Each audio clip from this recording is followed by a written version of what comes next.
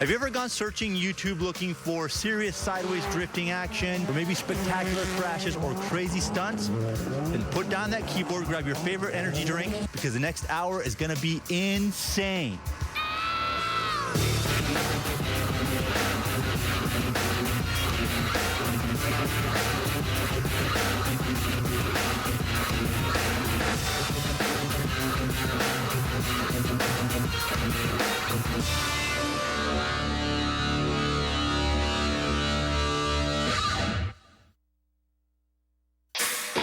Welcome to the second round of the Global RallyCross Championship. I'm Paul Page here with Mark Williams. And we're in Snoqualmie, Washington, just outside of Seattle. They're calling round 2 Twin Peaks because of the classic TV show that was shot here. But the spectators are here to see more of the incredible action we saw in round 1. Round 1 brought us some amazing stories. Stefan Verdier, my good buddy and a privateer on a shoestring budget, showed the factory teams what's up. We finally learned what a Skoda Fabia is, thanks to Michael Ehrenberg, and Jimmy Keeney became an internet sensation by showing us what can go wrong over a 70-foot gap jump. Speaking of internet stars, we talked to Mr. Gymkhana himself, Ken Block, as well as Brian Deegan. Reese Millen and Marcus Dodge showed us the beautiful Hyundai Veloster, and Tanner Faust and WRC King Marcus Grunholm loaded up their Ford Fiestas with some trophies. Round 1 brought the heat, and it's only going to get hotter. Expect Stefan Verdier to look to better his third place from Irwindale now that Marcus Grunholm is out of the picture. And expect the guys from Subaru to really step up their game. They've been developing that monster Subaru, and Dave Mira should do very well here. The field of drivers here is wide and diverse, coming from all over the world. Although round 1 winner Marcus Grunholm had a scheduling conflict and couldn't make it today, Olsberg MSE team boss Andreas Eriksson, who is a former Rallycross champion in his own right, is taking the reins of the Best Buy Ford Fiesta. He's got a personal score to settle with a teammate, Tanner Faust, who cost him a potential win last year at his home event in Sweden. But Tanner is looking forward to the challenge. This is like a video game out here. You go through a building, and then you're shooting through tires, and the jump is huge here. So there's a lot that can happen, but you can hope. The rain will affect the surface really quickly. Everything's going to change quick. And one thing you get from rally racing in like Rally America format or through the forest is to adapt to whatever the surface is, whatever the weather is. So, yeah, I think the rally guys will have an advantage in that, because from one lap to the next, it could be a totally different track. We get to race in a warehouse. Who hasn't wanted to drive in a building their whole life? Tanner Faust said it was like a video game. How do you feel about it? It is, except, you know, in the video game, you're like, brake, brake, brake. Oh, darn, I lost. Restart. You know, it doesn't work that way in real life. Plagued with troubles in round 1, Reese Millen and the Hyundai team have worked hard to develop the working process Velosters and are looking for better luck this time.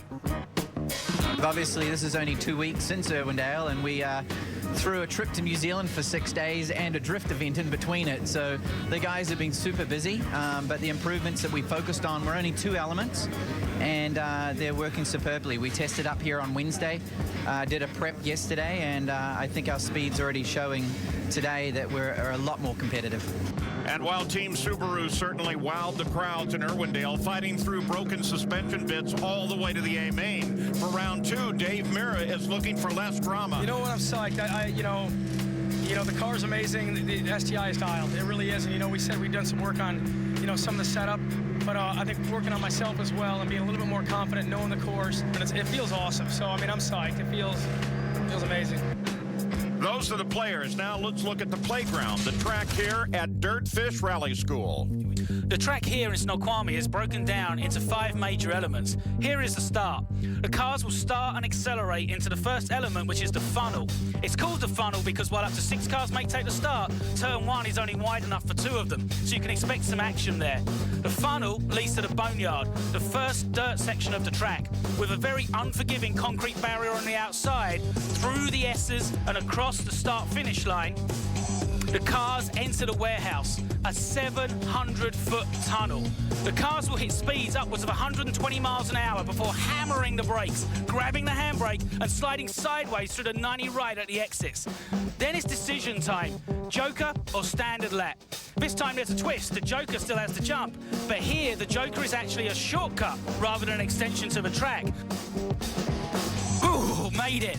Now, if the driver has taken a standard lap, they go under the jump, the cars come together, back again on the boneyard, side-by-side contact as they come across into the last corner, the finish line, and that completes the lap. This site of Snoqualmie was a huge lumber mill in the late 19th century. A big part of the Global Rallycross is their choice of unlikely venues for the racetracks. Rallycross heat race, Ericsson, Faust, and Verdier. Our top 3 finishers in the very first event. Here we go. Green flag's out. Ericsson jumps ahead of Faust. Verdier right on the tail. And you can see there, Paul, we've transitioned away from the tarmac, super grippy on these tyres, and we're into the boneyard section. You can see Tanner's car scrabbling for grip as they come down the straight and into the corners. And into that hairpin, nothing changes in terms of the order. But look at the ride. And here we're going to go Stefan Verdier into the warehouse for the first time. The light into the dark. You can see the light at the end of the tunnel and hard on the brakes. I think we're going to be saying light at the end of the tunnel a lot today. But that is a great element to it. First over the jumper, there goes Ericsson. That's the Joker. Now, Ericsson's standing in this weekend for the Marcus Gronholm. Of course, Ericsson's the team boss for Tanner Faust. So Tanner really wants to get one over on the boss this weekend. Gronholm's back for X Games, but Tanner wants to be the man that leads the championship. Mud all over the cars as you look at the 34 of Tanner Faust. As he, look at that, great onboard shot. Down through the gears as he comes out. Brings it out very close to the wall, still in pursuit. Remember, Ericsson has done the Joker. And there you go, now with Tanner Faust having completed the Joker. And again, that's a bit of a shortcut to the course. We won't really know where everybody lines up until everyone has done it. Look at it, up to 4th gear, 120 miles an hour. You can see Tanner get squiggly as he comes under braking, comes out to the bright sunshine we have here in Washington, and then powers away. So Tanner Faust, now the man to keep an eye on because he's the guy in pursuit. Back to the front in Ericsson. And this is the standard lap, Paul. So they've gone through the very, very tight hairpin on a very wet and slippy concrete through the gap in the jump. And then it's where the course connects back up through the funnel into the boneyard. As we start the final lap, yeah, those little rutted places, that's all part of it. Going from one surface to another, that's part of it. And that's what makes it so great. Keeping an eye right now on Ericsson as he looks for the checkered flags. So once again, you see a big drift there from Ericsson. He's got a pretty healthy lead over Tanner Faust into this hairpin section. And when we went to the track, we walked around it. It's very wet out there today. It's very slimy. And the cars really scrabble for grip. Tanner Faust kicks it, kicks the back end out through the hairpin. Now comes up the gears. And he comes into the dust as the team boss disappears in front of him. And there the checkered flags. Ericsson takes the win, and it's Tanner Faust that's going to come across the line in second. The Global Rallycross Championship on ESPN is brought to you by Dirt 3, coming to Xbox 360, PlayStation 3, and PC on May 24th. And Best Buy for all your gaming needs. Coming up, head-to-head Super Rally, which has its own share of drama. I kind of caught the back of him quite hard. I don't think I'm in a frame of that one. Once the helmets go on, it's all battle for sure. Head-to-head, mano-a-mano grudge matches with no love lost. That's Super Rally, and it's coming up next on the Global Rallycross Championship here on ESPN. You're watching Global Rallycross, the Dirt 3 Twin Peaks Rally, presented by Best Buy. Welcome back to Global Rallycross on ESPN. I'm Paul Page here with Mark Williams. Before the teams line up in Rallycross, they have to face off 1-to-1 in Super Rally. Let's take a look back at some of the highlights. Super Rally is an intense elimination-style competition where the winner of each stage moves on to the next, and the top 2 face off for the crown. We'll jump right into the quarterfinals.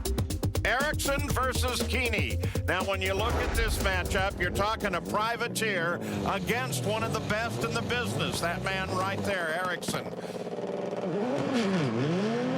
And if you're Keeney, you got to come off the line a little better than that. But remember, when we're talking Keeney, the accident at Irwindale, and they have had to work constantly ever since then just to get the car here. So I'm guessing I'd be a little tentative too. Ericsson, on the other hand, the Best Buy number 3, well, he's tough to beat, especially if he grabs you right off the starting line. And he takes the win. And now for the next matchup, Marcus Dodd in the Hyundai versus Michael Jernberg in the Skoda Fabia. Now, Marcus Dodd is a car length back because he had an earlier jump start, and that's the penalty that you get. Boy, look at Jernberg just rocking right out of there in the number 4. And Dodd closes in and taps him. Oh, look at him. He's helping him all the way. And now Dodd gets into the wall. Oh, I think he's done some serious damage there. He's trying to get it around, but now he finally gives it up. View from a different angle. Look at Dodd as he slams into the back end and then slides off and into the wall. Emil? We're here with Marcus Dodd. Marcus, not the way we wanted to see you go out. What happened? Oh, it was kind of my fault. We were pretty quick. You know, we got the car, the Hyundai's going so well.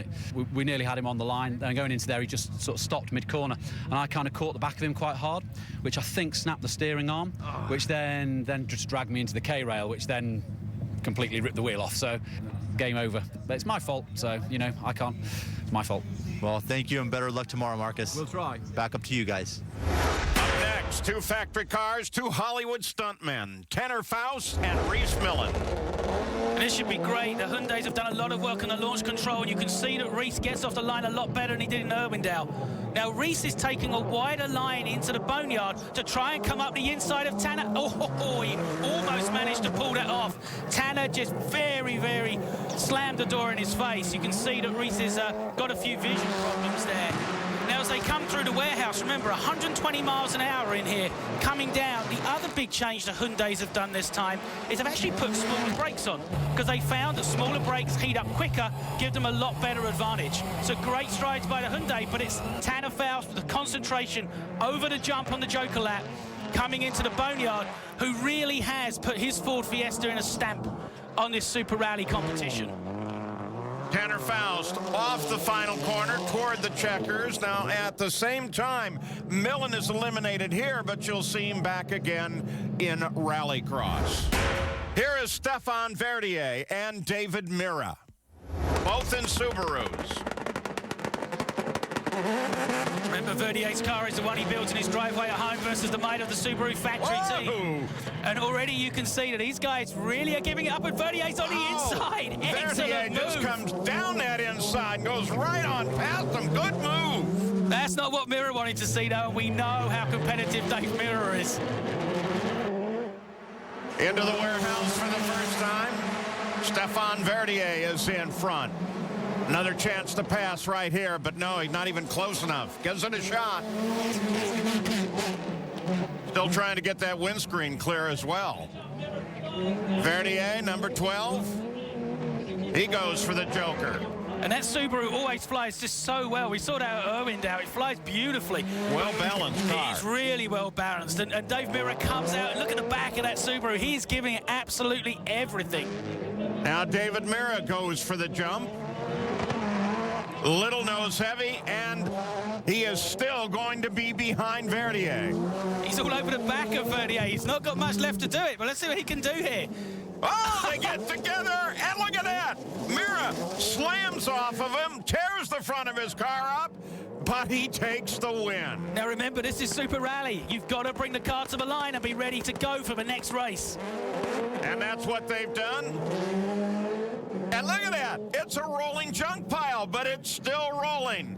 Verdier has to slide in behind him. Mira has the lead. Now, with a little help from Verdier through the corner, and Verdier goes by on the inside. Oh, now something's wrong with Mira. He's trying. A lot of work to do there before they bring it back for Rallycross. Emil? Stefan Verdier wins his first round in Super Rally, advances to the semis. Steph, that was a great run with Dave Mira. Tell us about it. I don't think I made a friend on that one. We came in the first corner on the first time, and he got me on the start, but he went wide, so I cut it back on the inside. And I didn't mean to touch him there. I lost the front end and bounced on him. So I think from that point on, he's like, okay, game on. But he got a better, I guess, jump or whatever, something, and he came right behind me on the last corner. I was like, oh, it's gonna hurt, and he just rammed me so hard, but hey, it's part of the game, so. And it looks like they're having fun. Super Rally, the semifinals, and the very first matchup in the semifinals, Andreas Eriksson and Michael Jernberg with the little Skoda. The Skoda, red and white on your right, and the Best Buy number 3 of Eriksson. And you can see that Jernberg there trying to go up the inside of Eriksson, but Eriksson's a wily old campaigner. He shut the door nice and hard on his friend from Sweden. Right through the warehouse, down through the gears, hard on the brakes, on board now with Eriksson. And look at the concentration. He goes up through the gears all the time, working every single, the wheel, the e-brake, the gear shift, all of the time. The car is moving underneath him. And to the Joker. Oh, that was a nice jump. And Eriksson advances. The other half of the semifinals now. Tanner Faust and Stefan Verdier. As Tanner Faust has got in, he squeezes right across the nose of Verdier, but Verdier's not giving up. He's going to try and come back on the inside of Tanner, and he does it. Well, Verdier, that move really works out for him. Verdier has the lead now. Tanner Faust, you're on board. He's in pursuit. Tanner didn't expect to see that STI in front of him there. That was a fantastic move by Stefan Verdier. As they go into the hairpin, you can see how they're scrambling for traction there. Little desperation now out of Tanner Faust. But Verdier's got a problem. What's going on here? Verdier slows. With a little love tap, Tanner goes in front. He missed a gear? What happened there? He's got his speed back up. They both go across the jump on the same lap. Tanner Faust remains out in front. Stefan Verdier gives it all he has. Doesn't appear that there is quite enough there to catch Tanner before he crosses the line first. Let's go to Emil. We're over here in the MSE Olsberg's pit. It's a Ford Fiesta versus Ford Fiesta final. But what I'm more interested in hearing about, it's a team owner car builder versus team driver final. How's that going to play out?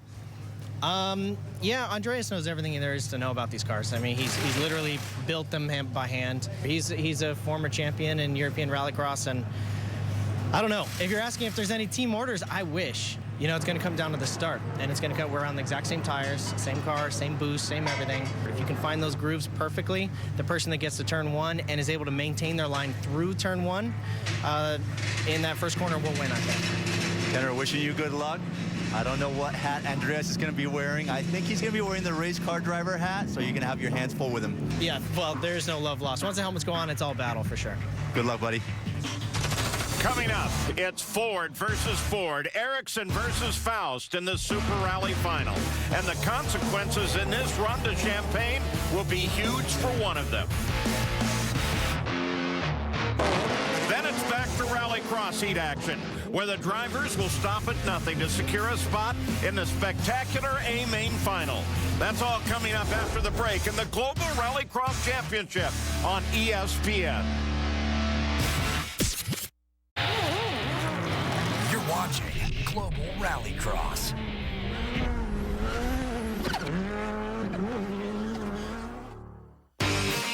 And we welcome you back to Twin Peaks, the second round for the Global RallyCross Championship. And this is the Super Rally Final.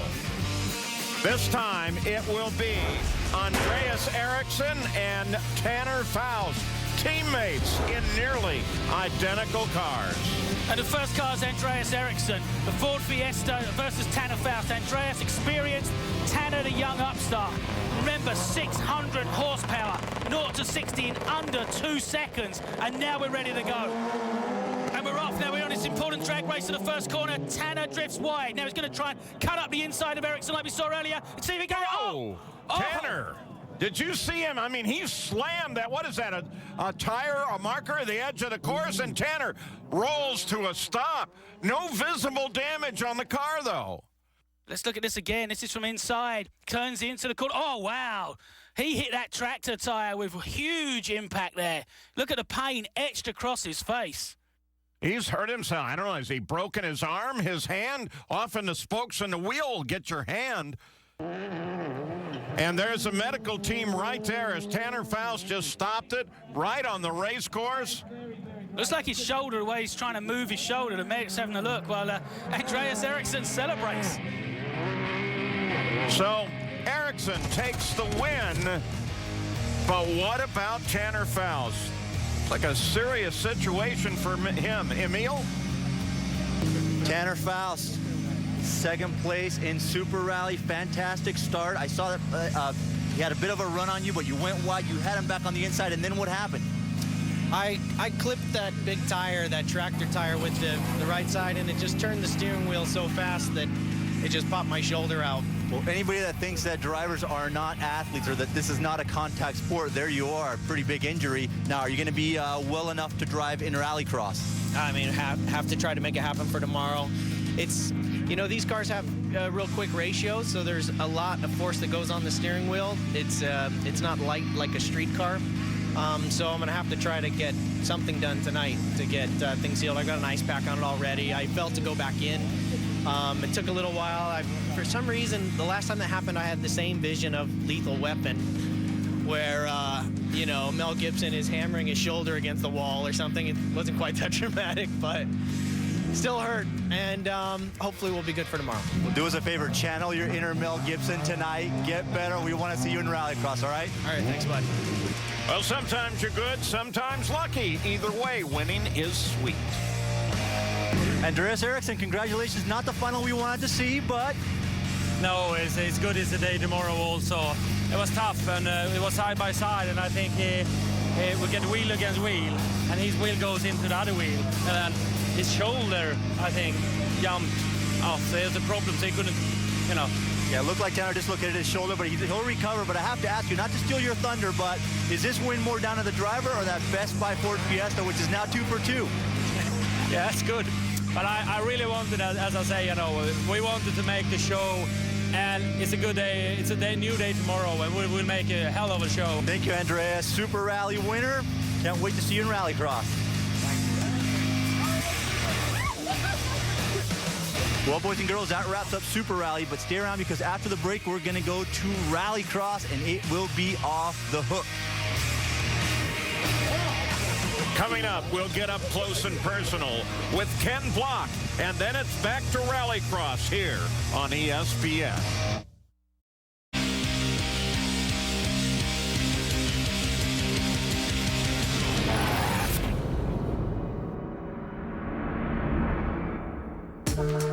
Maybe you aren't cool, or maybe you don't own a computer, but in case you don't know what a DC is, or you've never gone hooning on the weekend, we're going to let you in on a little secret. This is Ken Block.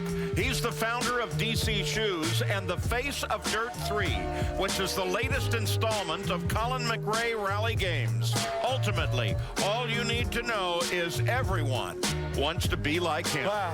He makes the craziest stunts look easy. His car control skills almost telepathic, and he uses them for thrills the rest of us can only dream of. I have 3 major aspects to my life: the rally career, my job at DC that I still have, and my family life, which is very important to me.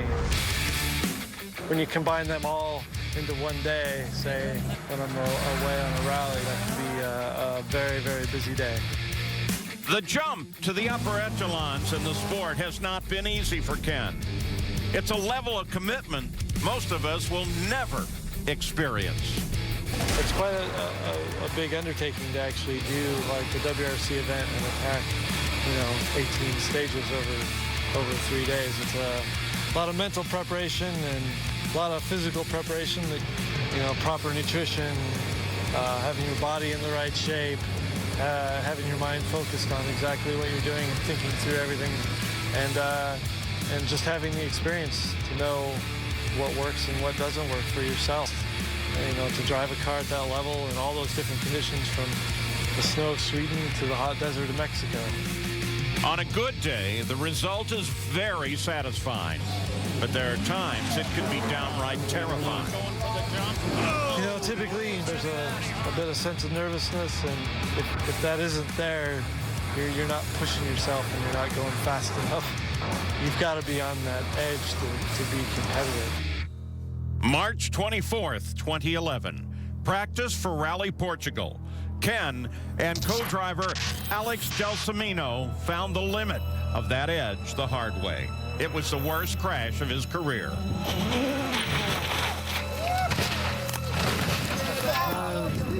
These cars are very quick. Some of the stages that we race are quite technical, and sometimes those rocks jump out in front of you.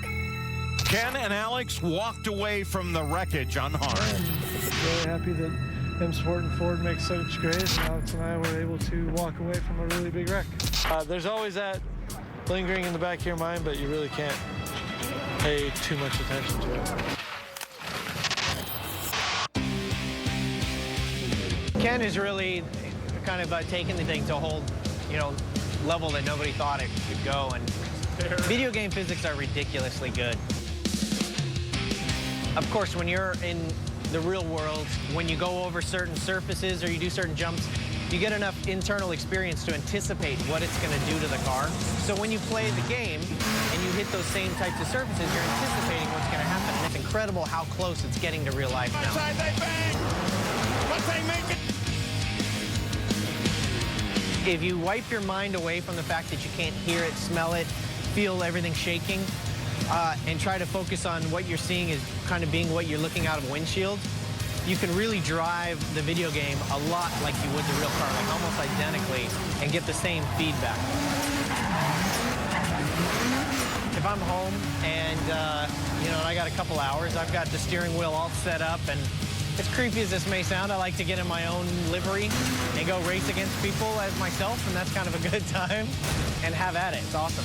Later on in the show, we'll reconnect with Ken as he talks about his legendary Gymkhana video. When I originally started doing it, it was just stuff that I had in my head. And he'll give us the lowdown on Dirt 3.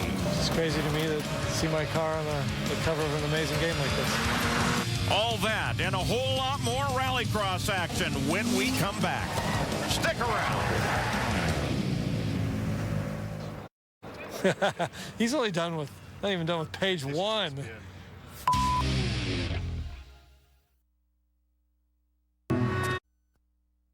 And we welcome you back, Paul Page, along with Mark Williams. We're back to Rallycross action in Snoqualmie, Washington. Into the qualifying heats. 3 or 4 drivers at a time will duke it out for one of the coveted spots in the feature race. The A main coming up later.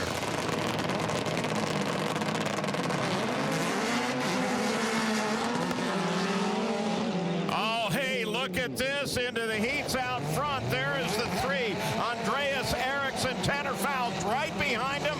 And David Mira and Joe Burke battle it out in the back. A great start there by Andreas Eriksson, but you can see that Joseph Burke has already made up a place on Dave Mira. Looks like Mira's got a problem. Well, it falters and then it gets going. Who knows what's going on there? But once again, Eriksson just shows how powerful both he and his machine are. Way out in front already. Comes through, Andreas Eriksson has taken the Joker jump. You can see the gear shift and look at the concentration and probably the pain on Tanner's face. Yeah, think about the pain, the shoulder separation that he had, stuck it back in himself. But, oh, that was nasty. Here is Burke and Mira. Mira trying to, Mira's already got some major damage on the back end. So whatever his problem was has fixed itself up, but he's dragging some extra baggage.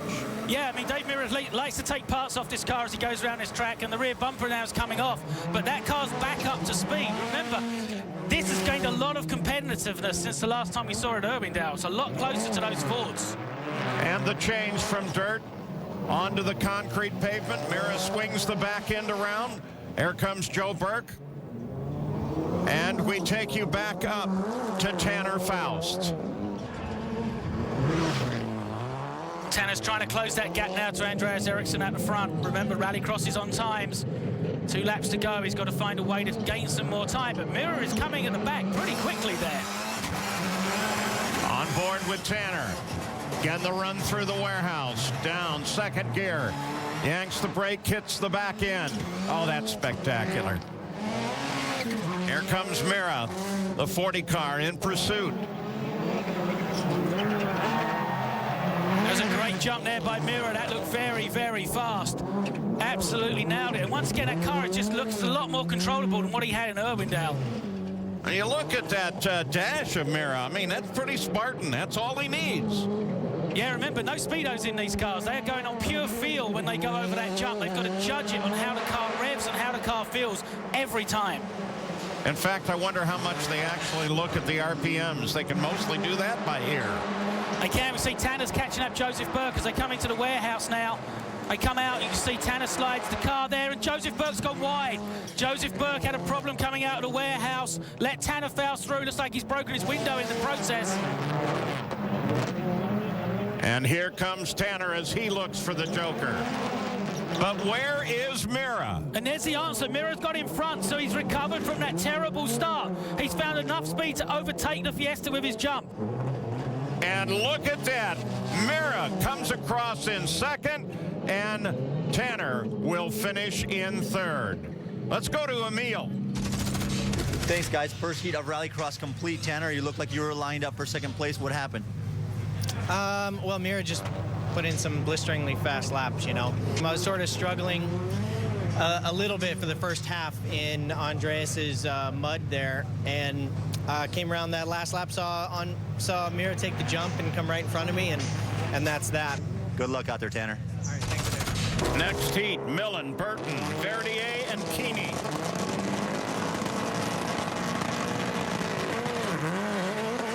Oh, what's going on there? What's wrong with Millen? We knew he had launch control problems. Looks like there's a problem with the launch control. He's got it away now. Had to restart the engine to actually get that moving. But look how far back he will be. Oh, man, in a crash. That's Richard Burton. Burton catches the wall, spins it around. Looks like Keeney may have now, maybe not. I think he caught a rut there, Paul. I think he just caught a rut and it threw him out into that K-rail. But that was a pretty big hit on that back of that car. Yeah, and Keeney gets hard on the brakes to make sure he doesn't hit him in the side. Last thing Jimmy Keeney needs any more damage on that car. So we take you back to the front. And right here, that's Millen trying to catch Stefan Verdier. So remember, Millen had that bad start. Stefan has gone off in a distance. But we can see, look how bright that is coming out here. We've had a lot of rain the last 2 or 3 days up at Snoqualmie. Sunshine has come out now, and it is really changing these conditions. You can see the tarmac is starting to dry out. But everything is relative, because drier you think it's dry. Look at the dust that Millen is kicking up, because these cars are dragging that mud everywhere they go around. So it's never truly the sticky asphalt you expect on a racetrack. Millen still playing catch-up as he pursues the leader, Verdier, back onto the dirt. Because of the different surfaces, what kind of tire choices do they have? Yeah, there's lots of tire choices in this. They were running a lot of rally deep, almost think of snow tires to get as much of the dirt out of the way. Deep tread. Now they're almost down to slicks with a few hand-cut grooves in there. Because even though the track has got some mud on it, it's getting drier each time. So we watch Reese go over the jump here. Beautiful flight by the Hyundai. But what's really challenging for these drivers is every time they come out on the track, the course is different than what they've seen before. Changes launch control, changes brake points, absolutely everything. On board now with Stefan Verdier. It is busy in that cockpit. Well out in front, while Reese Millen is trying to catch him. Well, we say well out in front, but Reese has found Millen it all is catching him. time. Well, what we've seen all day is these cars are very, very quick. They just struggle off the line. And if you look at this, he's found a tremendous amount of ground on Stefan. May not be enough time. They're on their last lap to actually do anything about it, but encouraging for Reese and Hyundai. So Stefan Verdier being chased by Reese Millen. And there's the checkers for Verdier and now for Millen. Now they have a chance to get Richard Burton's car off of the edge of the track. You can see it back there. So there's 1 and 2 in this, the second heat. Emil? Reese, it's frustrating to watch. It's got to be amazingly frustrating for you. Tell us about those starts and what problems you guys are having. Yeah, you know, primarily it's testing is what it comes down to.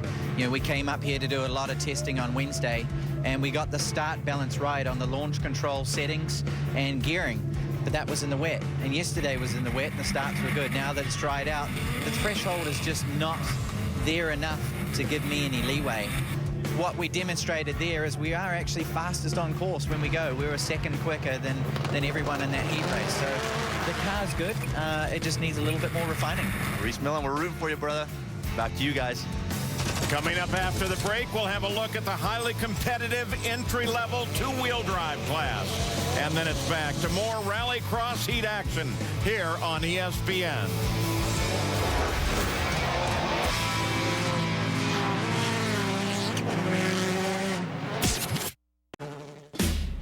While the all-wheel drive monsters get most of the limelight in the Global Rallycross Championship, the highly competitive two-wheel drive class has plenty of heroes of its own.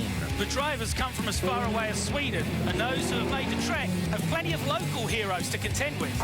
And if you want to do this, the two-wheel drive class is a good place to get started. Less expensive, just as exciting. And here we go with the A-Main. Look at the Porsche over on the left-hand side of the screen as he just accelerates away from everybody else. Yeah, Michael Eriksson in that Porsche. He's not related to Andreas Eriksson, we must add, but he has really managed to get that Porsche's power down well all day today, despite the track being really slippy at times. Look at the roof from Van Wey back to Dahl. Here is your leader again, Eriksson. He's followed by Johnson in second place. The blue and yellow of his home country of Sweden on that 120 Porsche. Now remember, the two-wheel drive cars don't take the jump, and as many of us would like to see a Porsche fly, but he's already taken the Joker lap, which basically runs by the side of the jump, and he's got a 2-3 car length lead now over Matthew Johnson. A little bit less torque on that Mazda than there is on the Porsche, and that makes a difference when these guys are driving off the line. So we take you from first and second back to the battle for third. Van Wey is trying to keep Crane off of his back.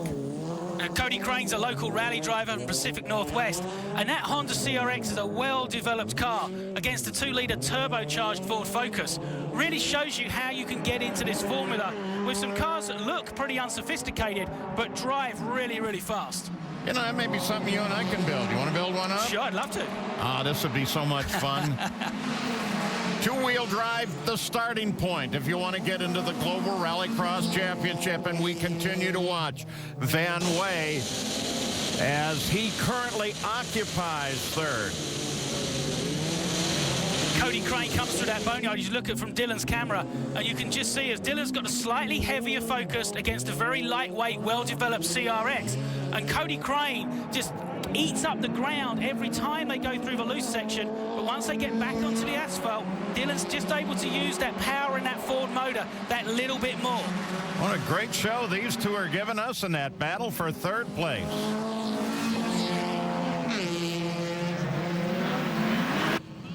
And back to the front, Eriksson and then Johnson. Matt Johnson's done a lot of his work on his car since we last saw him at Irwindale. He described it as a one-wheel drive car at Irwindale. He's now got the right differential in there to make it two-wheel drive, and he's going to be very pleased to be running in second place. And you can see just behind them, this battle for third place continues on. And just behind these two is another local driver, Chris Dahl, in a Honda Civic.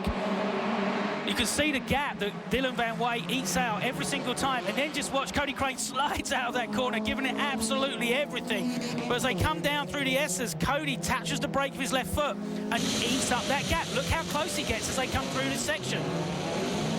Crane closes right in, nudges into the inside.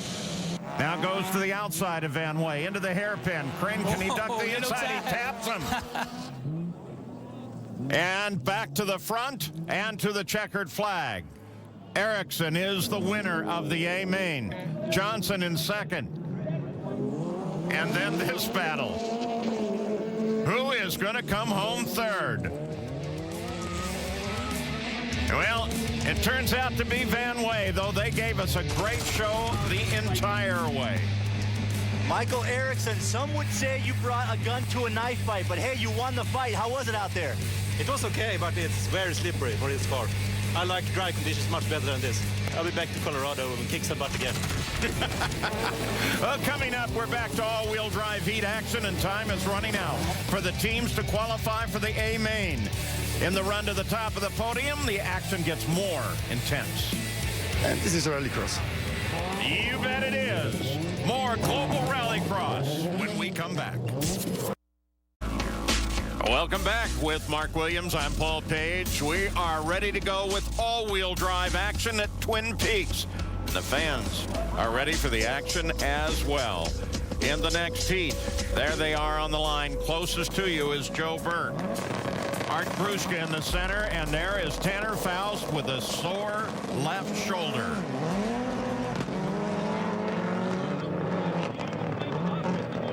Good launch for Tanner, but Gruszka's not going to let him go, and Burke's going to give him a little push. Gruszka finally slides into second. On board now with Tanner. See the gear indicator on the dash? I can't imagine how much that must hurt. Incredible amount of pain. You saw his second gear as he went through the S's there and sliding out of the warehouse. Seems like he got some instruction on how to recover from a dislocated shoulder from no less a man than Travis Pastrana. Well, if you're going to go anywhere for advice, I mean, Pastrana's probably got a book. You know, here's the foot, here's what you do for the foot, here's a wrist, there's a shoulder, because he has certainly in his career probably injured everything. Not an Evel Knievel, but close. And we're back with Tanner. He's now up fourth, fifth gear, 120 miles an hour, down through that sequential box. Just pulls on that e-brake to rotate the car, and he's already back up to fourth as he goes away down towards the S's. Here is second place, Art Gruszka. But right behind him and continuing to chase is Joseph Burke, who goes for the Joker. Oh, whoa! Joseph Burke. A little too nose down, wouldn't you say? Definitely two nose down. You can see how that radiator is pushed up. Looking at the hoses, looks like some of the hoses are off, and there's now some smoke coming out of the back of that car. He slid into the barrier earlier and broke the rear windshield, hence the tape on the back. But let's see how that car performs now, because that's going to be doing some damage internally in the engine. Well, we saw a little bit of smoke. We're not sure whether it was tire smoke or if it's coming from some other place a little bit more ominous. You're right, the radiator is the bottom side, especially on the left, is pushed back to the front. Tanner Faust in the Rockstar car. I love that shot. Love seeing him come off that corner. They slide out of that warehouse so beautifully. It's amazing. From one surface to another. Look at Tanner. Look at that concentration.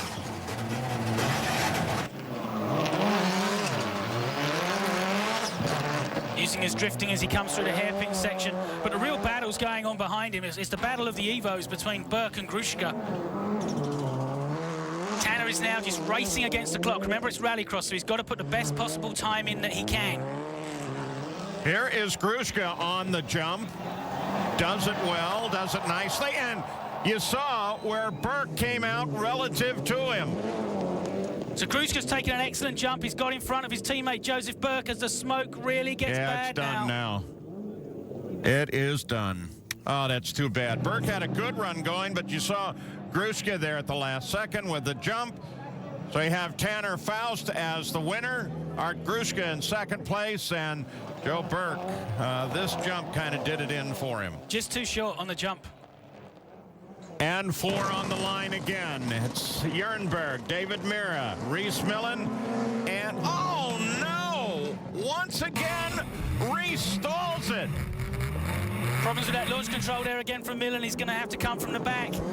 But now look up front. We've got Michael Jernberg in the red Skoda Fabia from Dave Mira. Dave Mira is definitely liking this sport of Rallycross. As you go on board the Skoda, the other guy in this race is Andy Manson. You got a glimpse of him just behind this group right here. But this is the battle for the front. And it's the Skoda.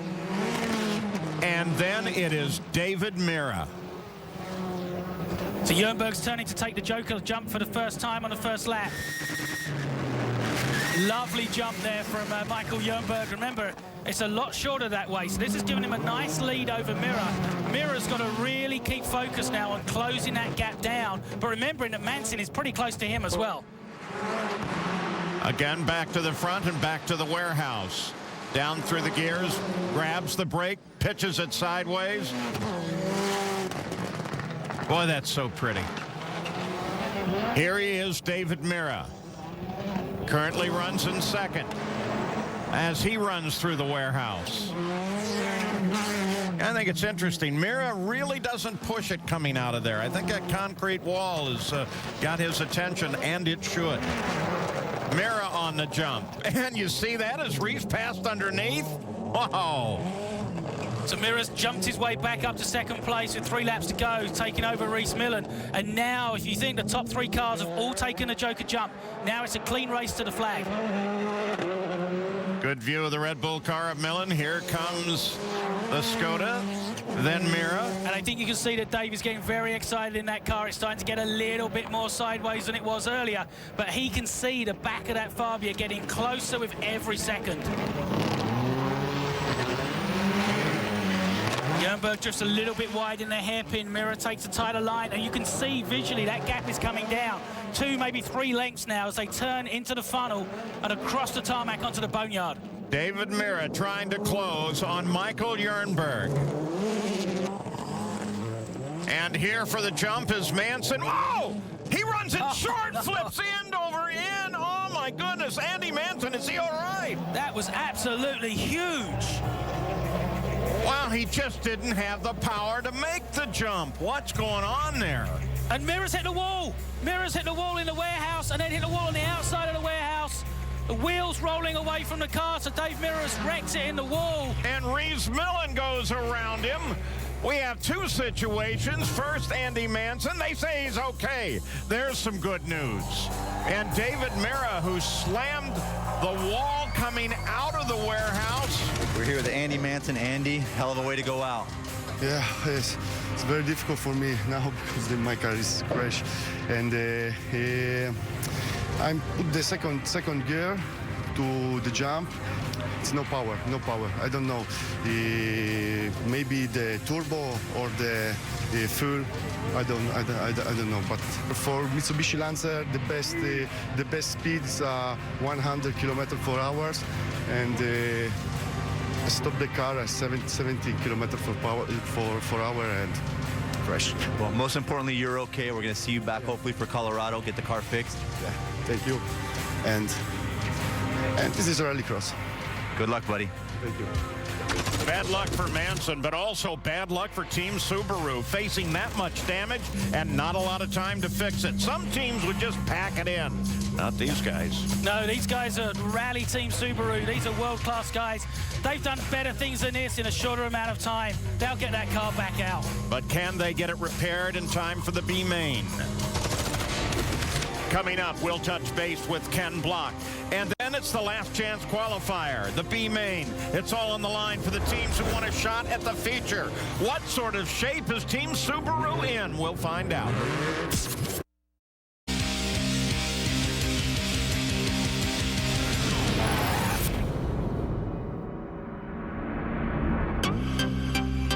It's all about you and everything you say. Back to everything Ken Block. Ken, as you know, competes in the World Rally Championship. And he'll be the first to admit it's an awfully big playground to try to be the king of.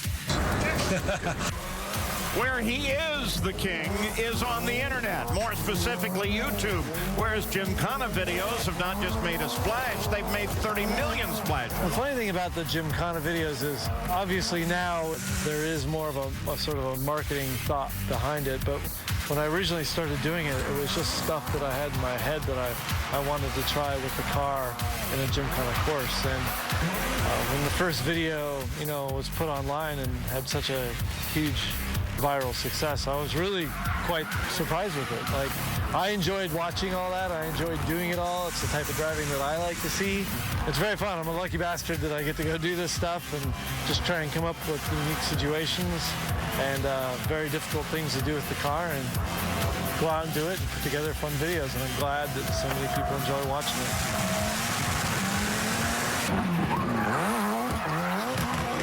So what is Gymkhana?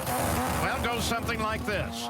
Gymkhana is rallycross meets skateboarding, and a little twist of, well, a little help here, Ken. I'm in trouble. Well, Gymkhana, most all of it is rally-type driving, like four-wheel drive rally car techniques that are then applied to a smaller type course. And even the Gymkhana videos really come from, how skate videos are made, that, a skateboarder films for a year, does particular tricks that may take him 20 times, but in the video part, they only put, his best 25 makes of all these various tricks. And that's basically what we did with the Gymkhana thing, is take a course, do each corner as perfect as I can, and then put it together as it looks like one run. It's skills that, that I've learned all from rally, and then we just apply it in a quite different ways. Right. So just shut down the coolest playground you can think of. Pull out the 600 horsepower Ford Fiesta you stashed away in your garage, and invite friends with Segways and paintball guns, and well, you've got yourself Gymkhana. Luckily for the rest of us, there's an easier way. Dirt 3, when it's released on May 24th, will include a Gymkhana section, and Ken has worked hard with the game gurus and codemasters to make it as real as possible. Today, to be a part of Dirt 3 and actually have, something that, has a lot of notoriety because of me, the Gymkhana series, and have Gymkhana as part of the video game is just amazing. For me, it's just everything that comes from, handling dynamics to all the most modern cars, along with great cars like the Group B cars, great stages that have changing conditions, and the fact that, they put in areas where you just get to go out and hoon about with a car in areas, for Gymkhana.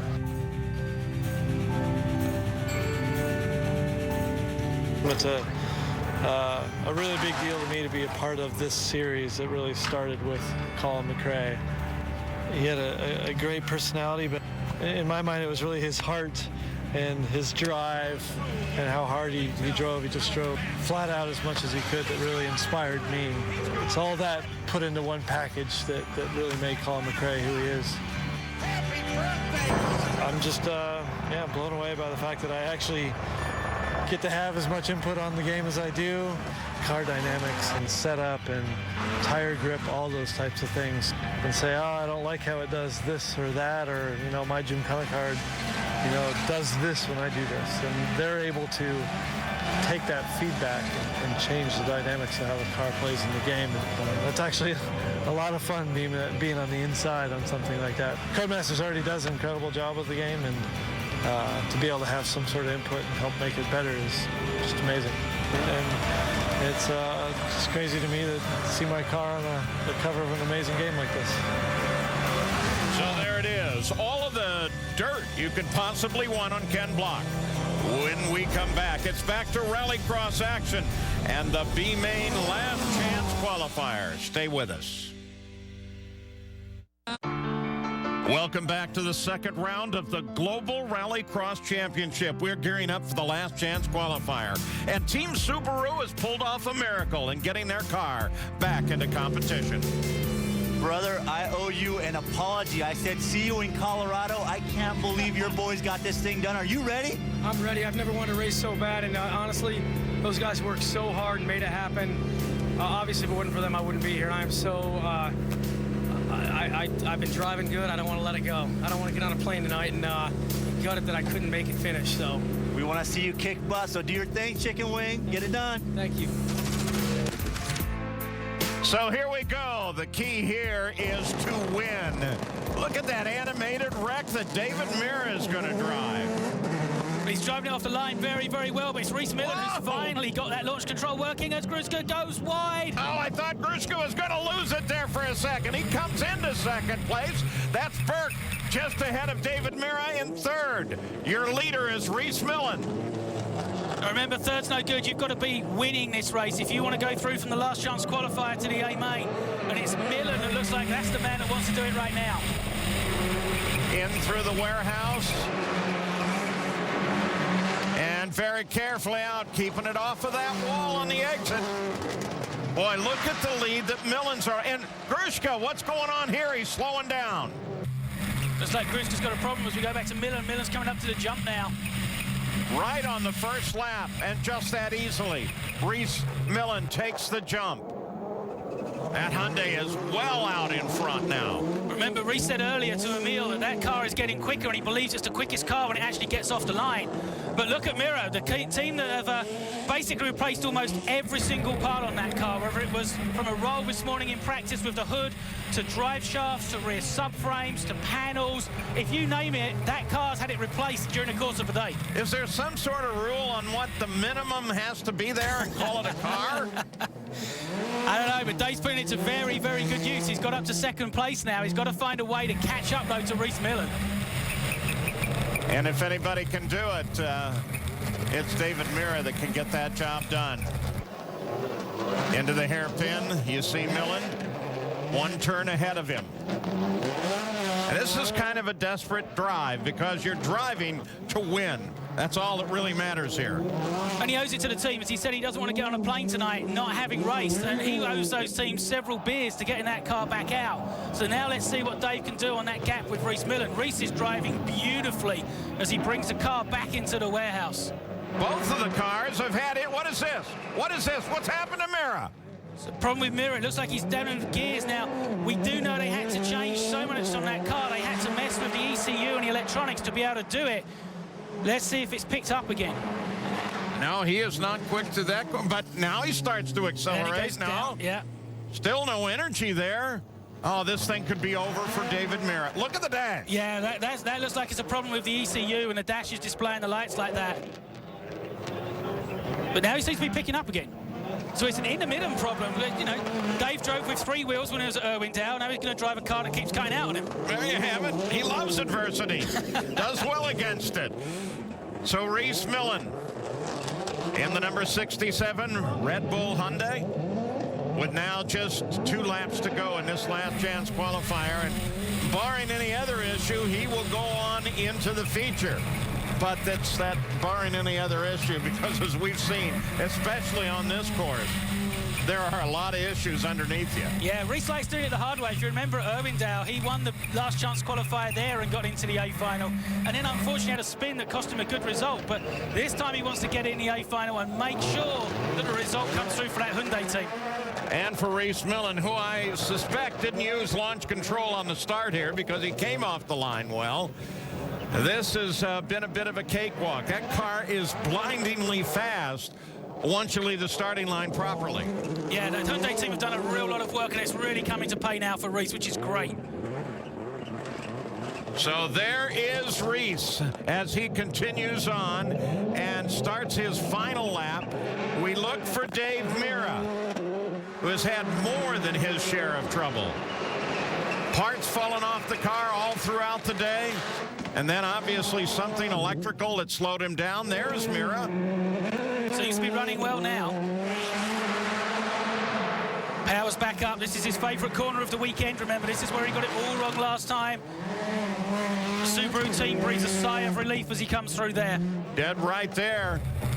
So David Mira, even though he is so far behind the leader, Reese Millen, he's going to put a show on for the fans. And in Rallycross, it's not over till it's over. He's just got to keep pushing. Well, that's it exactly. You know, I mean, we see how suddenly it all can happen here. But those checkered flags, that pretty much tells you that one is over, and Reese Millen advances to the A main. But look at this. David Mira, well, he probably doesn't know the flags have flown, but he's still going to give it a run.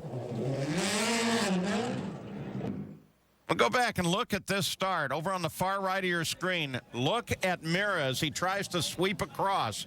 But Art Grushka kind of gets in the way, almost loses it, taps Reese Millen, and all of that allows Burke to slide into third. Michael Jernberg's crew is getting their car ready. Let's go to Emil. Into the finals, Michael Jernberg. We haven't had a chance to catch up with you too much, but man, you're putting it all together. The car's running well. How do you feel? It's really good. We find better speed today on the suspension, so now we have a good speed. But we don't. Our shows, the tire shows in the second heat was I have too much cut on the tire. So, but now we should go more slicks, and I think it's much better. We're drying up a lot, so now I think we can give Andreas and Tanner Faust a real match. Good. Well, the car is launching out of the hole amazingly well. I hope you get a good start. Any predictions for the race? Yeah, the start is very important. So if we can be in front there, I think we can do a good result. Guys, he's getting all the pieces lined up. He's putting it together. The car looks fantastic. Watch out for this guy in the final. Coming up after the break, it's the big show, the feature. No more strategy, no more jockeying for position, no more chances. It's an all-out battle to the podium. With the stakes this high, anything can happen. Stick around for the conclusion of round 2 of the Global RallyCross Championship.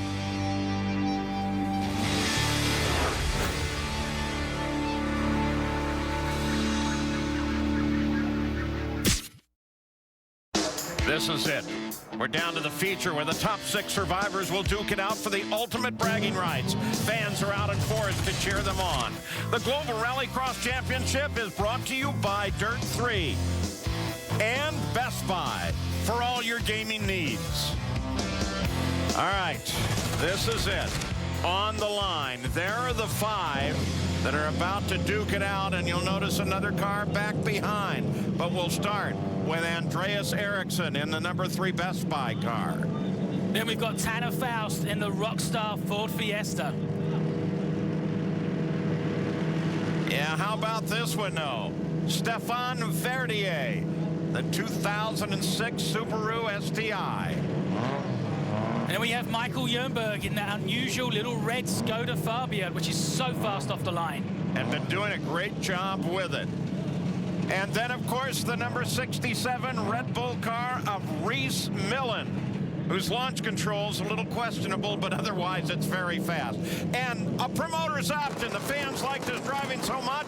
David Mira is on the second line. This is it as they slam across. Look at that little Skoda jump right into second place. And then, bam, right onto the door of Andreas Eriksson. Well, he said that Skoda starts fast, and Jernberg really used that to good advantage there.